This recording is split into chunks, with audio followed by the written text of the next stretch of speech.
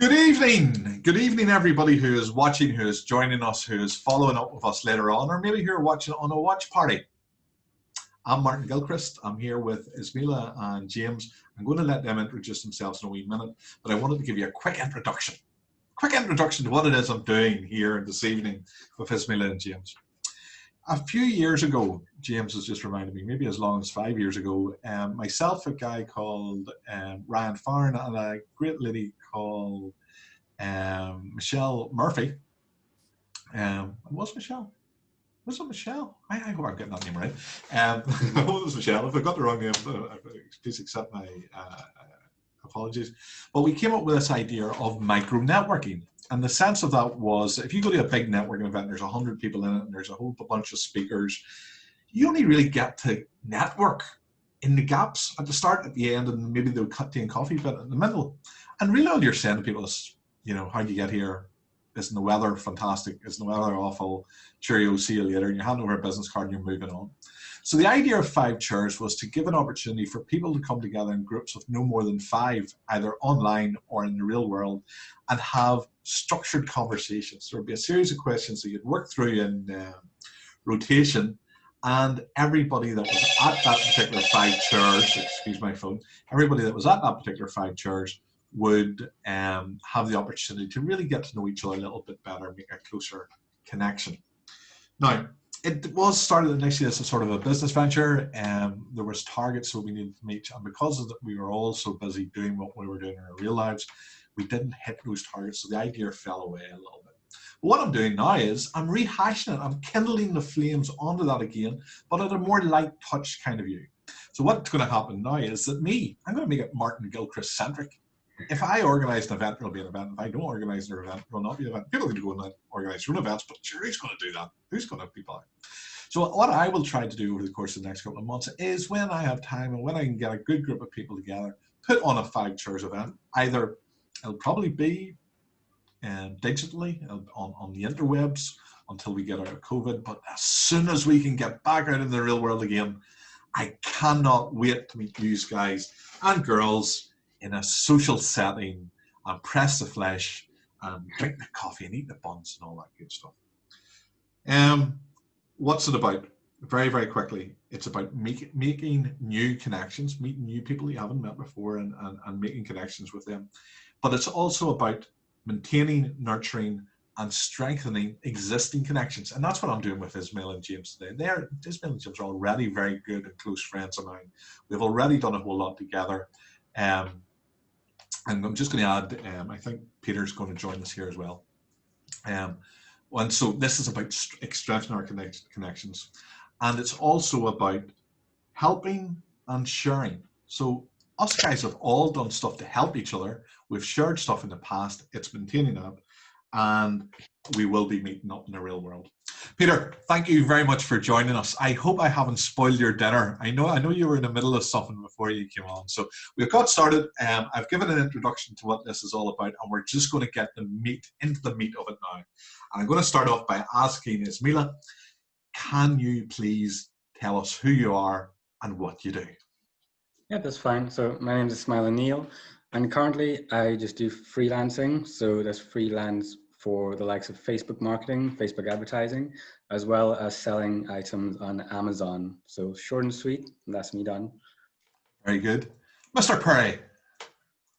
I am going to be short and sweet as well. My name's James Perry. I am a carer, I am a coach, I am an academic, and I am an adventurer. And that's me, Martin. All-round Superman. See, if I tried to do half the stuff that I know James Perry has done in just the last 4 years, I would be dead and in a hole in the ground. I don't know. I do not know where you find the energy to do all this stuff. And I think you get extra hours. Do you have? Anyway, let's move on. There's 28 hours in my day. 28 hours in your day. That's how you're doing. And the venerable Mr. Peter Doak. Tell us about yourself. Well, I would definitely appreciate the word venerable if I knew what it meant.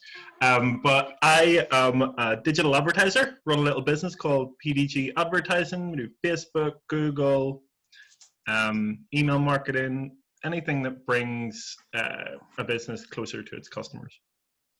Okay, Good. So we all know now who each other is, and anybody who's watching this at the watch party or at any stage in the future, because once it goes onto the internet, it's there forever. Isn't that right? That's the scary thing about all of this. You all know who we are. We all know who we are. And the first question I'm going to ask, and I'm going to do this in reverse order now. So, Peter, I'm putting you in the hot seat.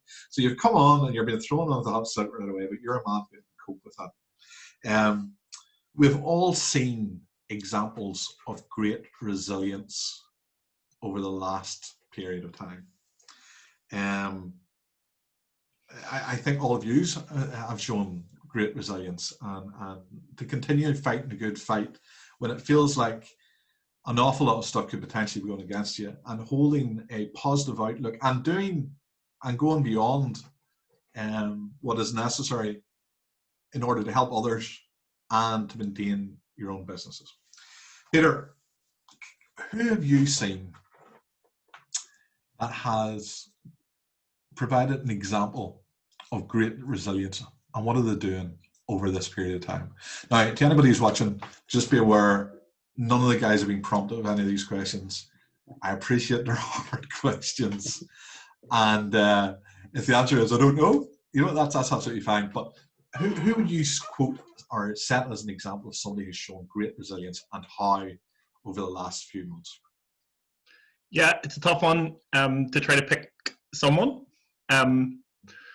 But I mean, I have to say just the hospitality industry in general, because, while lockdown was eased, I wasn't out so much in town in Belfast or anything, but the times that I were, I was just so impressed by the way that the businesses adapted and made it feel at times like there wasn't, this global pandemic going on, which is pretty awesome, I thought. Mm-hmm. And the way that some of them have been able to, adapt their offering to takeaways and things like that, which is really, really cool too.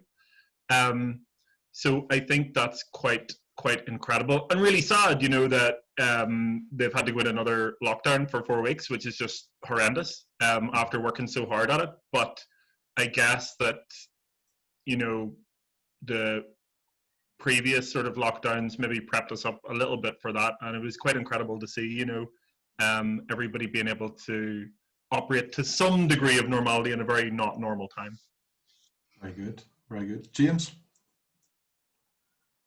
Yeah, there's some. I could say everyone, because I think that everyone has, medical profession, carers, people who are shielding others. Yeah. I would say everybody has had their own unique challenges in respect to this. So I take my hat off to everyone in every industry, in every single walk of life. Mm-hmm. But in terms of my own profession, what I have seen is my professional accounting students or clients who've done the professional exams in the midst of all this. Martin, we know to become a fully qualified accountant is incredibly difficult, but to do it in the middle of a pandemic with moving everything onto online and to rejig the whole examination process from the typical sitting at a desk with paper and pen to online and learn that way and having to cope with all that with new systems. Anyone who qualified this year has been absolutely incredible. So much so, I'm advising them to put it on their CV. So they are absolutely right. I have seen and university students and our school children and secondary school and those who had the enormity of the results in the way that they were handled this year. It's been incredible. Yeah, I think you're absolutely right, James. I really feel for, like, obviously I feel for the elderly people and the ill who are shielding at the moment, but I also really feel for young people now, because anybody between the ages of like 16 and 23, those are formative years. Those are the years when you go out and find yourself in the world and you build your social networks that will last you the rest of your life, and you work out what it is you want to do with the rest of your life, and you start off your career, and it's the foundation stones to your opportunity. And it just feels like all those opportunities in many ways are either being delayed or stolen away from young people. And now I really, my heart broke for people that who had done all the preparations for their GCSEs and A-levels and then didn't even get a chance to sit them. And they will be, regardless of what they say, they'll be judged on the fact, well, you didn't really sit your A-levels, so you're given a grade and you were easier. It wouldn't have been easier. They will have worked just as hard, if not harder, than their predecessors and the people that come after them. And they're going to miss out on the opportunity of that first year of university where you get out to go out and socialize and make new friends, learn in a way that you're doing it with other people, and everything that's so important. That's a great point, James. Well made. Ismaila? Well, that's hard to top, but I'd have to agree. Like, also everybody, like, everyone's resilient at a different time, just in their own way. So it's just cool to see how different people either come together or just handle it by themselves. And it's kind of hard sometimes to like pinpoint one person, because you don't know what anyone's going through privately. So that's another one. So not just like the elderly people. Sometimes it's the people who are looking after the elderly people as well. So I think that's quite important. And without it seeming like a suck up, you, Martin, for like doing this type of thing, also this positivity with the whole 5 chairs and all this type of stuff, and everyone just jumping on. I think that's cool. Yeah, but it's very hard to pinpoint a single person because just different people at different stages, and it's just like, cool, well done, at least for today. Well done. Yeah, no, you're absolutely right, and it was always going to be a tough question to ask, just throwing that out of there. But I always like to see what comes out of the melting pot when people have to think on the spot and see they come up.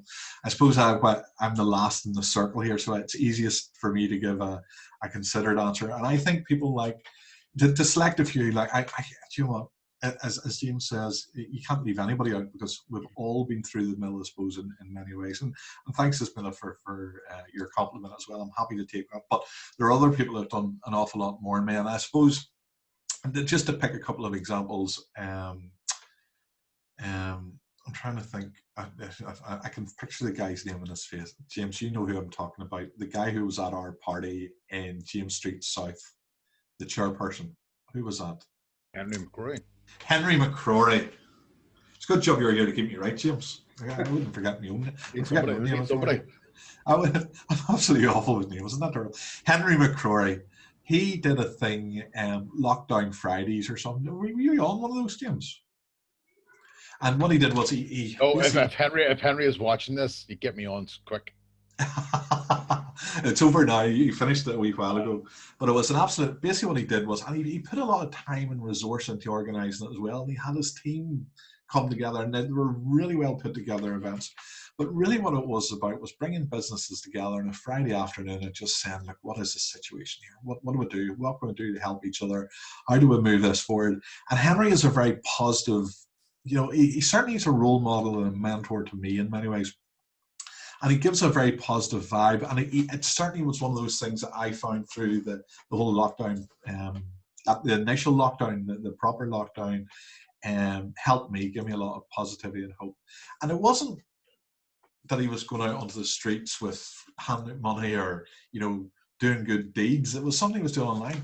But what people forget is the amount of time and emotional effort and the fact that you're putting your neck, you're on the line. And James, you know this as well with your James Perry Present stuff. Doing these online things isn't as easy as it looks. It can be quite difficult when the internet goes down and all that type of stuff. And obviously, Peter, if your podcasts, they don't just happen by themselves. There is a wee bit of effort in it. So Henry, and I think one other person I'd like to mention is a fellow accountant, Claire Stewart. Claire, we've all been sharing information about the support and help and resources accountants are. And Adrian Markey, I should mention Adrian Markey as well, because we all did a wee thing together. But Claire Stewart produced some fantastic info video type things over the period of lockdown, where she actually went away and did really good homework in relation to the support that was available for small businesses and put it together in a way that was very easy to understand and then disseminated it across her social media profiles, which I thought was absolutely fantastic. Okay, so that was examples of great resilience. I suppose the next question is, what about the plans? What do we do when this is over? And hopefully it's going to be over in the foreseeable future. Hopefully we're getting to the stage where we're seeing light at the end of the tunnel. What happens in 2021? And I'm going to do it the other way. Ismaila, What's your plans for the year after COVID? Well, it's going to sound a bit like Zenish and all this type of stuff, but it'll be a lot to do with working on myself. So practicing the likes of gratitude, being able to like live in the now, because that's something that I think people can forget or that I've forgotten many times. So it'll be a lot of just self-improvement, probably like, let's see, doing less of judgment, whether it be judgment of other people or judgment of myself. I think that's a really important thing. So it'll be a lot more, yeah, just a Zen thing, living the now, and like I said, just practicing gratitude. So I'll be moving forward towards that, because this year taught me that that was a very important thing to have, and also to put that into practice every now and then. Very good. Excellent. James? I would completely echo that. What Ismaila said, that's absolutely on the money. Self-care is a massive thing. And I know through the stress and strains of all this, self-care is going to be vitally important, because what I see, unfortunately, what I believe is after the health pandemic is eased, there's going to be a mental health pandemic. And so things like you've maybe seen me over the last number of weeks, I'm going to sacred spots where I can connect, where I can rest, where I can read, where I can meditate, where I can self-care. Because the last number of months for me personally and professionally has been incredibly tight, to be perfectly honest. And I know I need to look after myself. So look, I got into the flow of everyone else. I put on the weight over lockdown. I was very sedentary. I hardly moved. And now is the time I need to get myself back in action. So that's what I would say to people: look after yourselves and each other once this holidays now. James, I actually seen your pictures today when I got back home, and I was thinking to myself, I'm going to have to give James a shout and get out for one of these walks with him. Yeah. Because you're going to some pretty special places, and I think you're absolutely right. This whole idea of self-care and getting yourself outside of the daily grind or whatever it is so important. And there was one thing happened today. I do this thing on a Saturday morning now, where me and Marty or Michelle, whoever is free, just the two of us, go out and we would do our long walk of the week. We'd go for maybe a 6 or 7 mile walk. And today we were walking around, we did the boundary trail at Castlewell, which is a great walk, some lovely views. And Marty was talking. So Marty's my son. He's 19 years old, and he's got a steady head on his shoulders. And I was talking about pressure, the pressure of having to do his exams. He's a higher level apprentice. He's working in the practice as well, and we're starting to get really busy. And he was saying to me, "Look, Dad," he was reading something about Buddhism, one of the Buddhism theories, and he said, "It doesn't matter how much effort or how hard you try to make the world a better place. You're not going to be able to change. You're not going to be able to fix it. That's just a fact.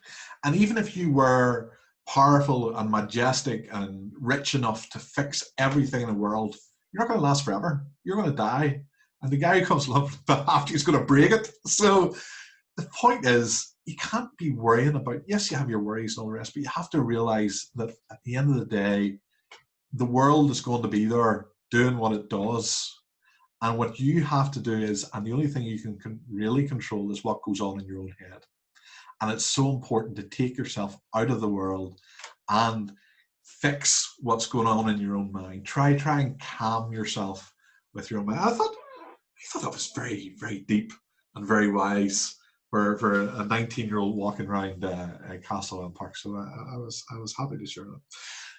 Peter, what's your plan for when it's all over and the new sun rises and the world is in a different place after COVID?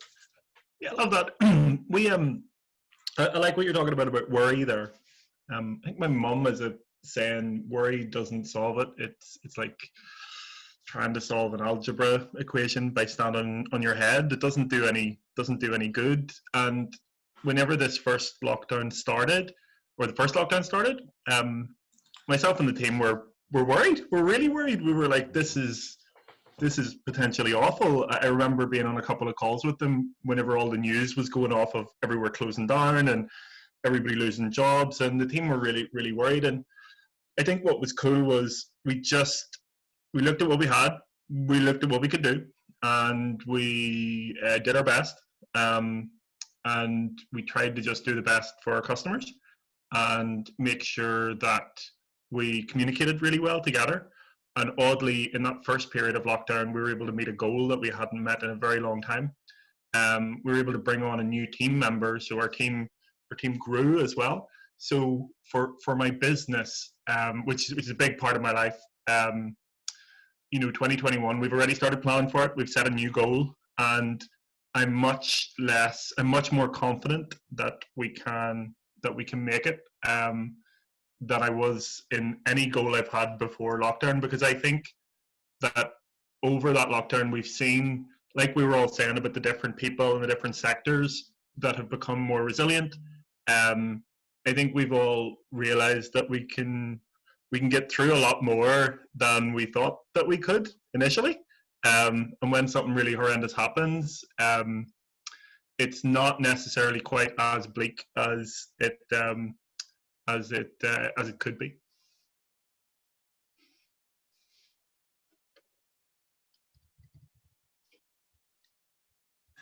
Yeah, I'm talking there about on a mute. That doesn't help.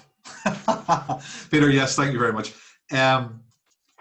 What I'm going to do, guys, is I'm going to give you, because asking the questions is sometimes the best fun bit of the whole thing, So to be fair, I'm going to give you guys an opportunity each to ask a question. It can either be me directly or to each other, or just a question generally, and one of us will answer. So either direct the question to one person or to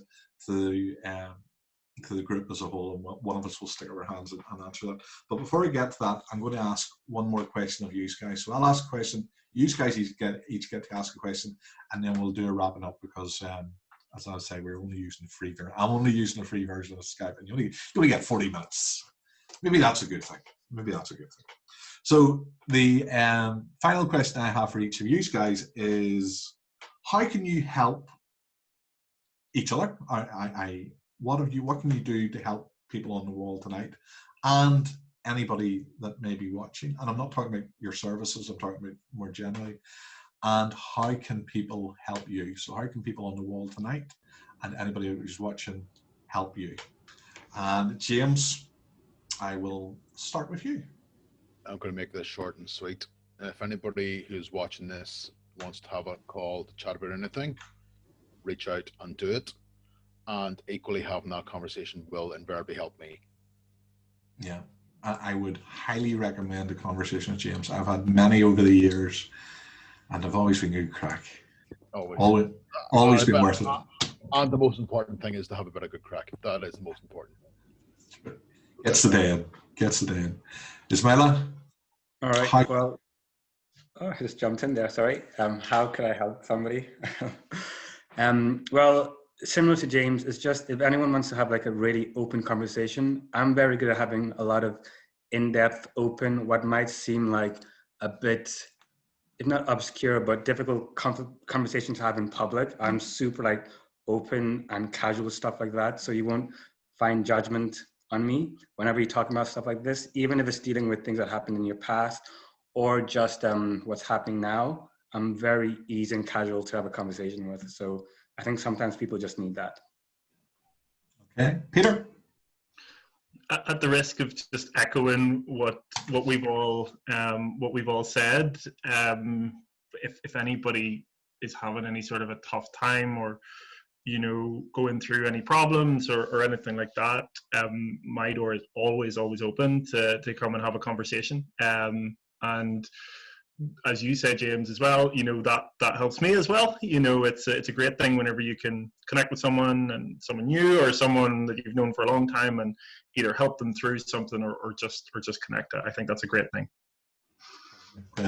I suppose if I was asking for help, what I really would, you guys or anybody else, let them know that I'm doing this voucher thing, and that I really want to engage people in conversations like this. I want to meet people. I want to sit down and have the conversations. I want them to be introduced to my network. And the selfish reason for that is that there's no better way to gain credibility than have other people be happy to be seen in your company. And I know how much credibility it gives me with your contacts, James, with yours, Ismaila, and with yours, Peter. The fact that you are willing and happy to join me on a Saturday night and to have this conversation, that is so incredibly valuable. So if you know anybody that might benefit from this or would enjoy this, or if you want to have a 5 church and have, you know, other people in these seats, you know, and for me to facilitate or to host that for you on your topic of conversation, you know, let me know, and I will be delighted, absolutely delighted to do that. How can I help? How can I help people? Somebody asked me the other day to tell me 2 people that I knew that would be really good for them to contact, and so they could contact, you know, give them referrals to people that they could contact. And this was a good person. You know, there was absolutely nothing bad about this person. There was nothing wrong with this person. But I said no. And the reason I wouldn't directly refer one person to 2 people from my networking group, or it wasn't even that they were clients of mine, but even my networking group, is that I cherish and value the confidentiality and the privacy and all that stuff of not only my clients, but of my network as a whole.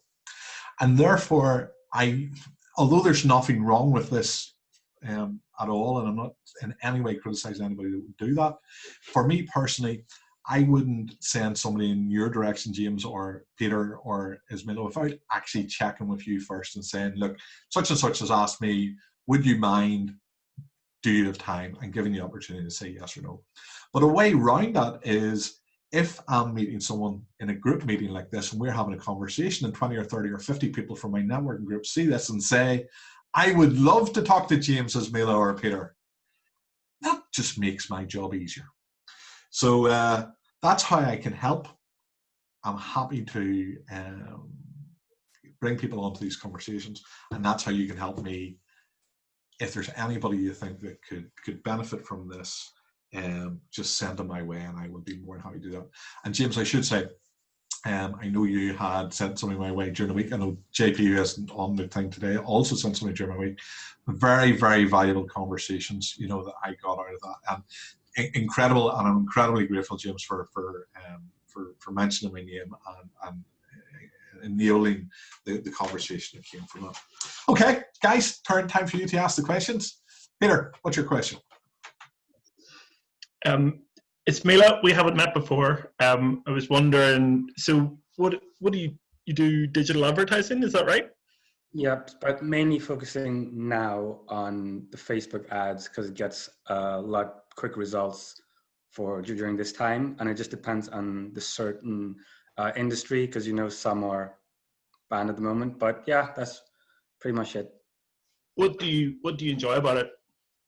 Everything, but I'll be more focused. I love the copywriting thing and the copywriting aspect, and I like tweaking to see how it improves each time. So I love being able to get like really, really low, and I'm sorry for rambling here, but really, really low results, like cost per click results, and seeing it convert into like a lead from someone who actually gets it. I just love, it's like testing myself. So that's it. I love that type of stuff. Amazing. That's like magic. That's awesome.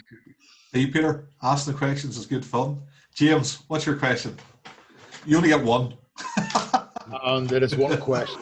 It is one question, but it's to everyone else on the call.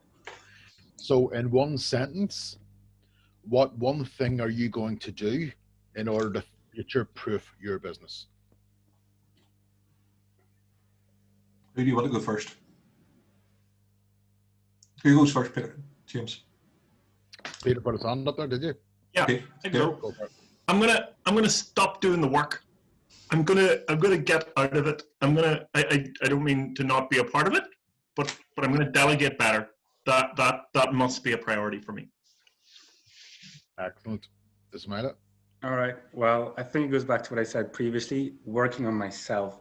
I know that as long as I'm calm mentally, don't have the anxiety, a bit like what Peter's saying about like getting out of it, just practicing being a bit more still and letting things happen, and don't like rush things in an unnatural way. Just let it happen more naturally, as vague as that might sound, but it's been working.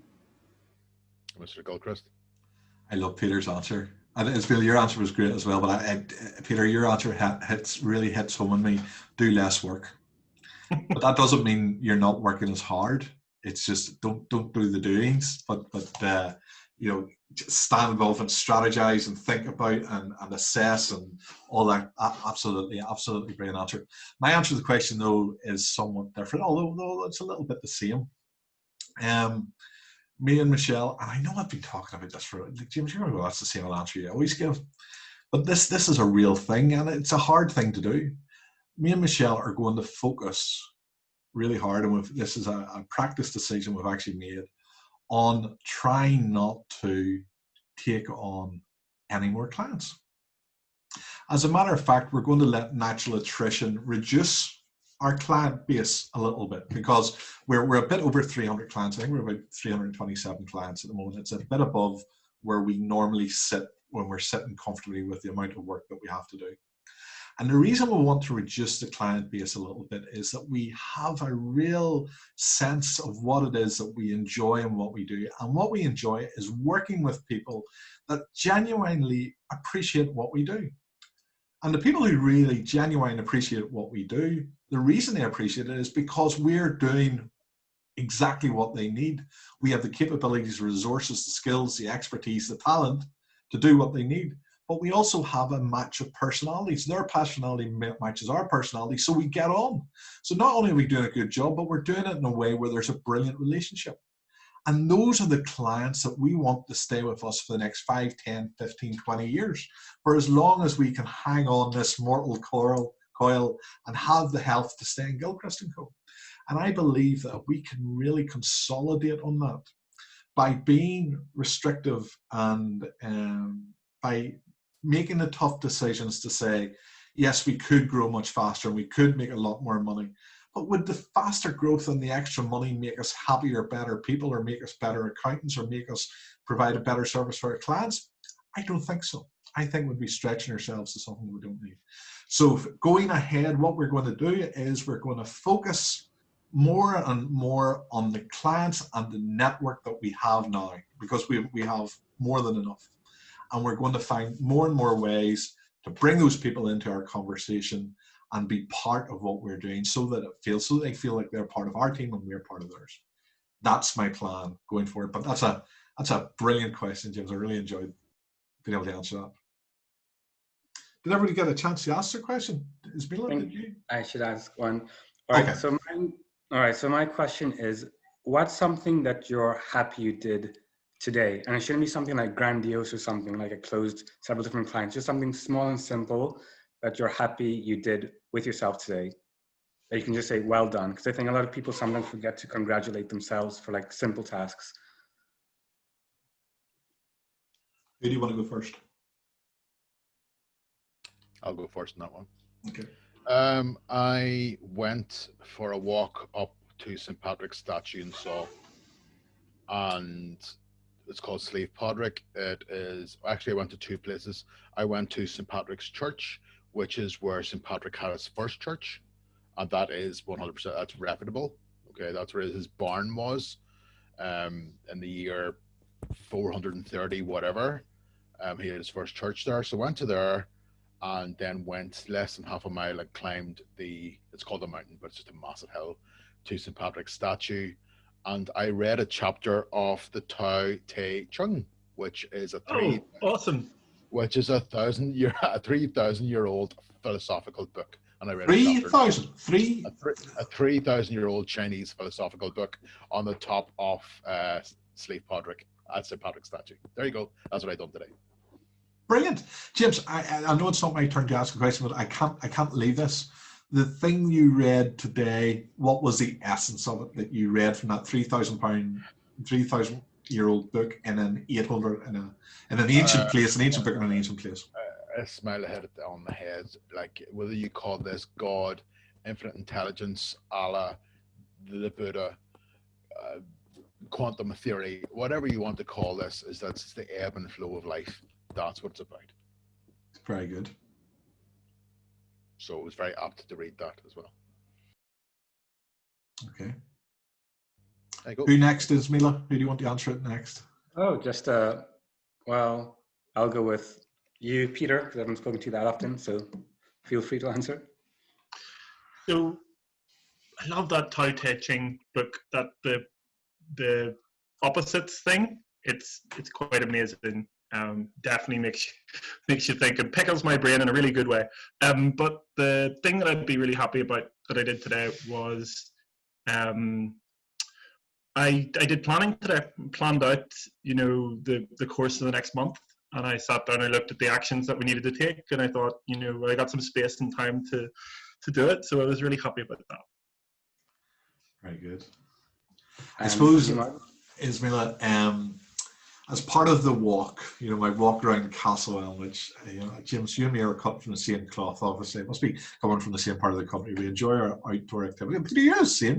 I know you enjoy your walking and stuff as well. I've seen you up mountains and stuff. One of the things that came up, when you're walking, you talk. A walk is a great way to have a conversation, because when you're walking, the natural thing you do with the person you're with is that you talk.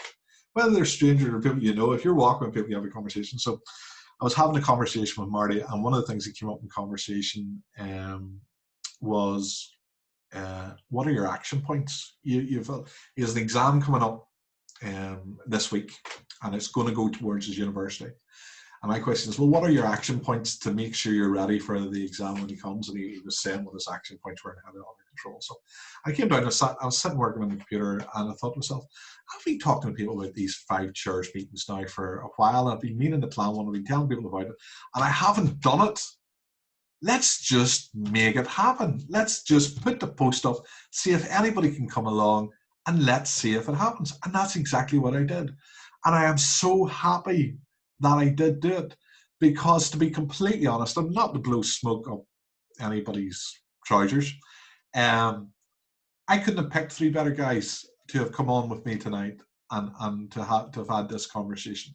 Friends of mine who also are involved in business, who have acted as mentors and supported and been involved in stuff. We go out and walk the extra mile. Not everybody does what you guys do. And to give up an hour of your Saturday evening to come online and to have a conversation with me on one of the 5 church conversations, not even knowing what it was going to be about or what the questions might be. And for me to get to enjoy all of that, I have to say, if I am grateful for something today, that is the thing I am incredibly grateful for. So guys, genuinely, honestly, thank you very much. And Ismaila, thank you for that. That was another great question. I'm going to have to make this part of the 5 church regular questions, because that's a very easy way to get some very good questions. A very easy way to get some great.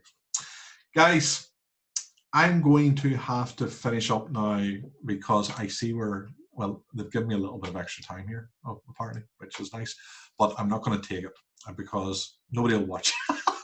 I'll be talking to ourselves, and I know the conversation will be great.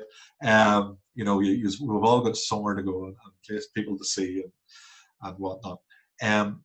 I'm going to do a short wrap up, but if anybody has got any burning thing that you would love to say before we finish, stick up your hand, shout out.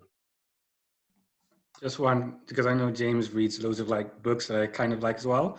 Do you have any good books that you could suggest at the moment that you're reading, James? Because I've read quite a lot that you suggest, but yeah. There's a book which is 10 years old. Peter, you'll have definitely heard me suggest this one, Entrepreneur Revolution, by a guy called Daniel Priestley. Fantastic book. I don't know if you've read that one. No, that's a good one.